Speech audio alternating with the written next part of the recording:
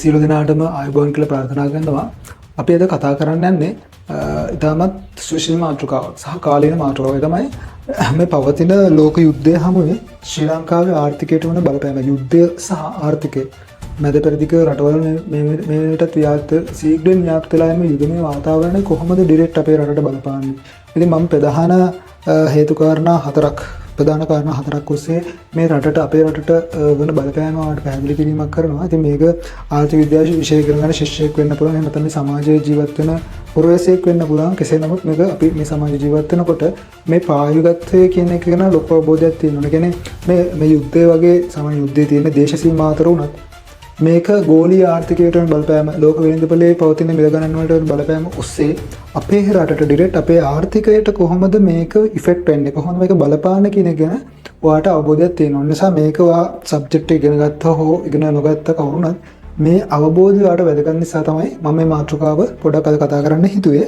ඉතින් අපි අපේ රට අපි මුලින්ම ගමු මේ උද්දමනය.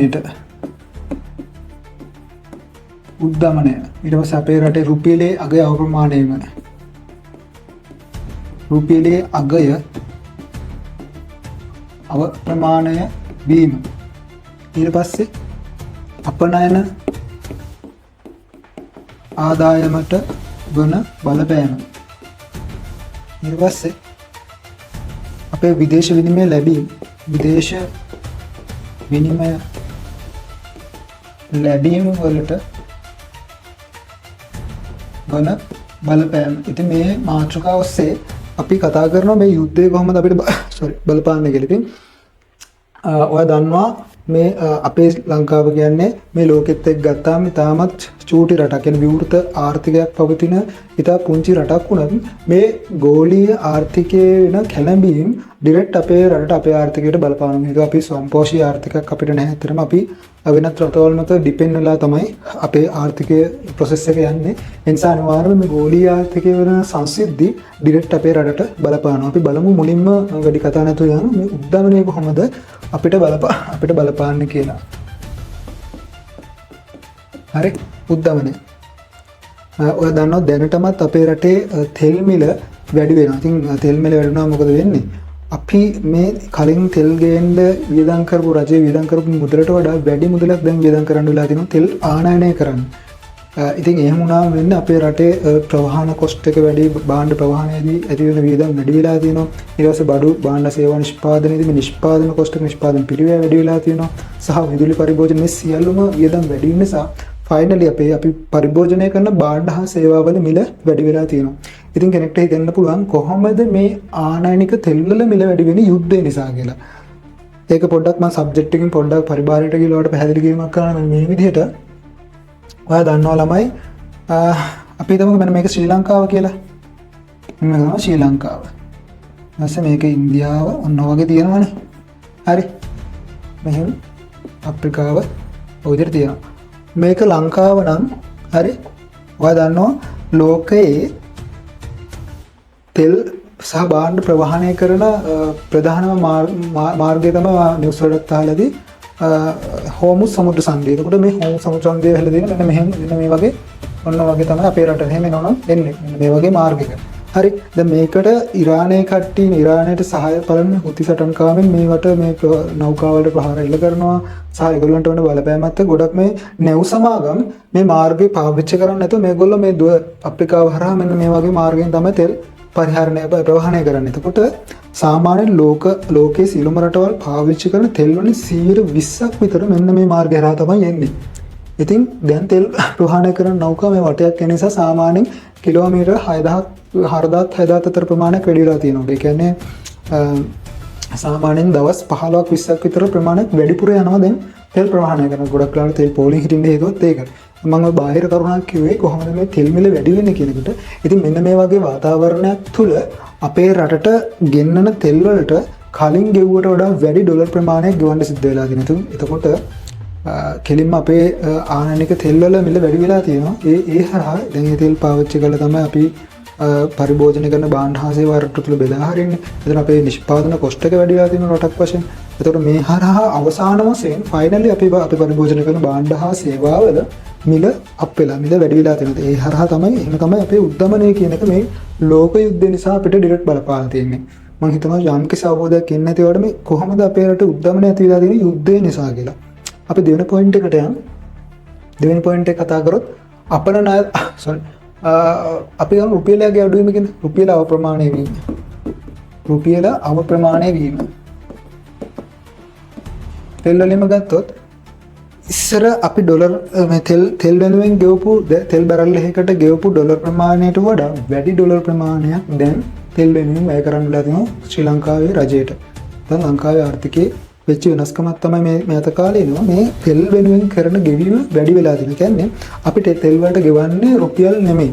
අපි තෙල් වලට ගෙවන්නේ ඩොලර්ස්. එතකොට අපි රුපියල් ඩොලර් දීලා තමයි තෙල් ගන්න. එතකොට මේ ඩොලර් වලට අපි ඉල්ලුම් කරන ප්‍රමාණය ඩොලර් ඉල්ලුම වැඩි වෙලා තියෙනවා. ඩොලර් ඉල්ලුම වැඩි වුණාම මොකද වෙන්නේ? ඩොලර් එකේ ප්‍රයිස් එක අප් වෙනවා. මොකට සාපේක්ෂව ලංකාවේ රුපියලට සාපේක්ෂව ඩොලරේ අගේ වැඩි වෙනවා. එතකොට අපි අන්න එතකොට කියනවා රුපියල අප්‍රමාණය වෙනවා කියලා. මොකද්ද? මේ ඩොලරේ අගය ඩොලරේට තියෙන ඉල්ලුම වැඩි වීම නිසා ඩොලරේ ප්‍රයිස් එක මොකද වෙලා තියෙන්නේ? ඩොලර් ප්‍රයිස් එක වැඩි වෙලා. එතකොට මේක රුපියලට සාපේක්ෂව ඩොලරේ අගේ වැඩි වුණාම රුපියල මොකද වෙන්නේ?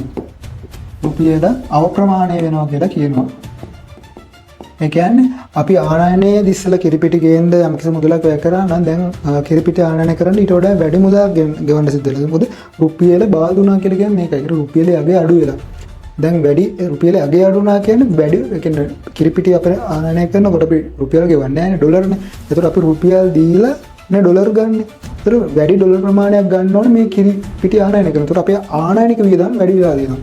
කොහොම නමුත් අපි මේ ඩොලරයට සාපේක්ෂව රුපියලේ අගේ අඩුවීම ඒක ඇත්තටම දීර්ඝ කාලීන ලොකු ප්‍රශ්න වලට මුහුණ දෙන්න පුළුවන්. යම් කිසි අවදානමක් තියෙන නිසා රුපියලේ අගය අවප්‍රමාණය වෙන විදිය ඔයාලට දැන් පැහැදිලි. ඒ කියන්නේ ලෝක යුද්ධය නිසා මේ මැද පෙරදිග ආශ්‍රිත රටවල් වල මේ ව්‍යාප්ත වෙන යුද්ධය නිසා අපේ රටේ රුපියලට වෙන හානිය රුපියලේ අගේ අඩුවීම කොහොමද වෙන්නේ කියලා ඔයාලට දැන් යම් අවබෝධයක් තියෙනවා. අපි ඊළඟ පොයින්ට් එකට මේ ඊළඟ පොයින්ට් එක තමයි අපේ අපනයන ආදායම් වලට වන බලපෑම. ඉතින් මේකත් ලොකු අභියෝගයක් අපිට අපනයන ආදායම අඩුවීම. අපනයන ආදායම කොහොමද අඩු වෙන්නේ? මේ ලෝක යුද්ධය නිසා. ඔයා සමහරක් විට අහලා ඇති, සමහරට ඔයා දන්නවා ඇති. අපේ රටේ නිෂ්පාදනය කරන එක්ස්පෝර්ට් ඉන්කම් එක පැත්තෙන් වැඩි දායකත්වයක් දෙන ප්‍රොඩක්ට් එකක් තමයි මේ තේ කියලා කියන්නේ. ඉතින් ඔයා දන්නවත් ඇති සමහරක් විට ඉරානය අපේ තේ වලින් සැලකිය යුතු ප්‍රමාණයක් මිලදී ගන්නවා. ඒ කියන්නේ අපේ රටේ ආර්ථිකයේ හොඳ කස්ටමර් කෙනෙක් තමයි ඉරානය කියලා කියන්නේ. මේ යුගමේ තත්ත්වයේ තුල ඇමරිකාව සහ අනෙකුත් රටවල් ඉරානයට දාන ආර්ථික සම්බාධක. ඔයා දන්නවත් ඇති ආර්ථික සම්බාධක කියන්නේ මොනවද කියලා. ඒ කියන්නේ යාලට ආනයන නම් සීමා කිරීම දාන මේ නීති රෙගුලාසි නිසා ගොඩක් වෙලාවට ඉරානයේ ආර්ථිකය මේ යුද්ධයත් එක්ක දැන් ගොඩක් දුරට කඩා වැටිලා තියෙනවා. එතකොට එයාලා අපේ තේ මිලදී ගැනීමේ හැකියාව ඒගොල්ලෝගේ බයින් පවර් එක අඩු වෙනවා. එතකොට ඒගොල්ලෝ ගොඩක් වෙලාවට ආර්ථික කඩා වැටීමත් එක්ක ඒගොල්ලෝ තේ අපේ රටේ තේ වලට කරන ඉල්ලුම අඩු වෙලා තියෙනවා. ඒතකොට අපේ රට පැත්තෙන් අපේ තේ අපනයනය අපේ ටී අපනයනය අඩු වෙලා තියෙනවා. අඩු වෙන්න පුළුවන් ඉස්සරහට. එතකොට අපේ රටේ ඉන්න තේ ව්‍යවසායකයෝ, තේ ව්‍යාපාරිකයෝ සහ මේ ශාස්ත්‍රීය රැකී රක්ෂා කරන වෘත්තිකයෝ කියන්නේ මේ ජොබ් කරන කට්ටිය මේ ජොබ් වලත් යම් කිසි අවදානමක් ඉදිරියේදී එන්න පුළුවන් මේ ලෝක යුද්ධය නිසා. හේතුව ඉරානය තේ සඳහා කරන ඉල්ලුම අඩු කිරීම වුණාම අපේ රටට එන ඩොලර් අපනයන හරහා එන ඩොලර් ප්‍රමාණය සෑහෙන අඩු වෙන්න පුළුවන් ලොකු අවදානමක් මේ හරහා අපිට ඇවිල්ලා තියෙනවා. හරි. ඔයාලට දැන් පැහැදිලි කොහොමද අපිට මේ යුද්ධ නිසා අපේ උද්දමනය අපේ පොදු භාණ්ඩ සේවා මිල මට්ටම වැඩි වෙන්නේ කොහොමද? ඊට පස්සේ රුපියලේ අගේ අප්‍රමාණය වෙන්නේ මොකද්ද? මේ නිසා අපේ ආනයන වියදම් වැඩි වෙන්නේ කොහොමද? වගේම ඔයා දැන් කතා කරා අපි මේ ප්‍රශ්නය නිසා අපේ අපනයන ආදායමේ අඩුවීම කොහොමද සිදු වෙන්නේ කියලා. ඊට පස්සේ ඊළඟ පොයින්ට් එක තමයි අපි කතා කරනවා විදේශ විනිමය ලැබීම් වල අඩුවීම. නැත්නම් විදේශ විනිමය. අපි විදේශ විනිමය කියලා ගමු. හරි. විදේශ වෙනුවෙන් ඔයා දන්නවා ඇති දැනටත් මැද පෙරදිග ආසියාත රටවල් වල අපේ ශ්‍රී ලාංකිකයෝ සෑහෙන ප්‍රමාණයක් රැකී රක්ෂා කරනවා. ඔයාගේ සහෝදර සහෝදරියෝ වෙන්න පුළුවන්, දෙමව්පියෝ වෙන්න පුළුවන්, නේද හිත මිත්‍රයෝ වෙන්නත් පුළුවන්. සෑහෙන ප්‍රතිශතයක් කියන ලංකාවේ විදේශ විනිමය ලැබීම් වල ඉහළින්ම ඉන්නේ එයාලා කරන ප්‍රේෂණ.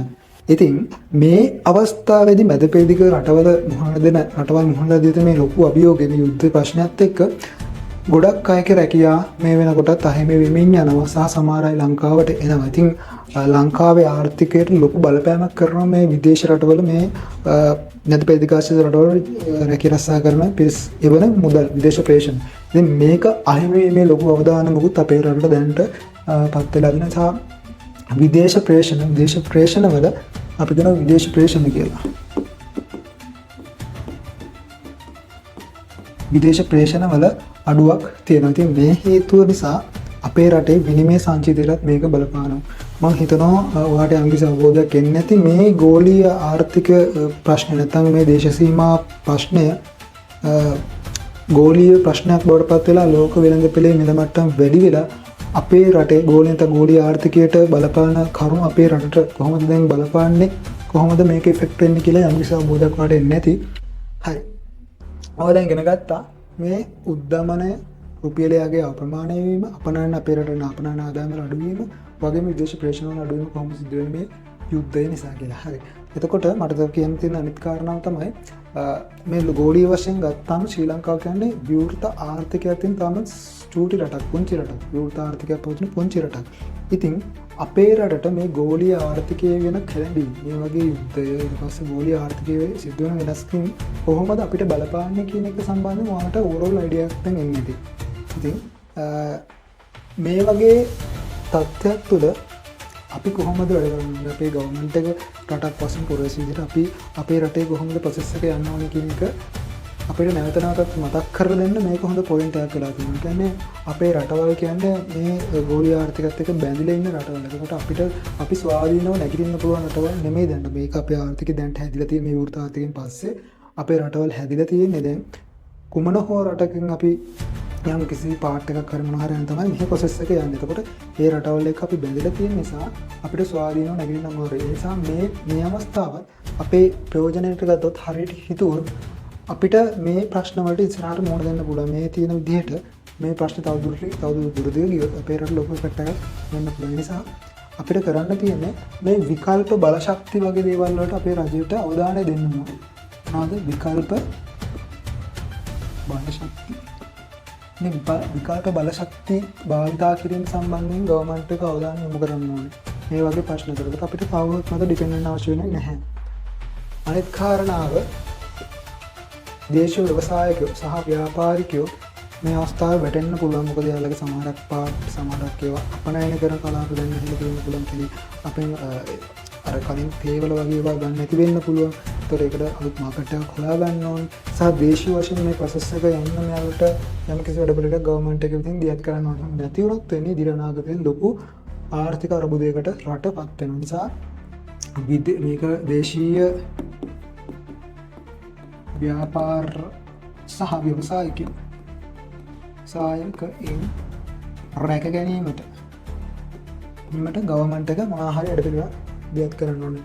තව එකක් තමයි අපි සර්විස් බේස් කියන්නේ දැන් ලෝකයේ ඩිජිටල් තාක්ෂණයත් එක්ක සියල්ල වෙනස් වෙමින් පවතිනකොට අපේ රට ටිකක් පර්යේෂණ සංවර්ධන කටයුතු යොදවන්න පුළුවන් නම් මේ සර්විස් බේස් පිටරටට සපයන්න කියන්නේ software based ඒවා මොනවා මේ පිටරටට සර්විස් එකක් දෙන්න පුළුවන් නම් ඒකත් අපේ විදේශ විනිමය වැඩි කර ගැනීම සඳහා රුපියලක් වෙන. ඒකට අපේ සංචිතය ක්‍රමවත් කන්ට්‍රෝල් කරන්න මේ වගේ පර්යේෂණ සංවර්ධන කටයුතු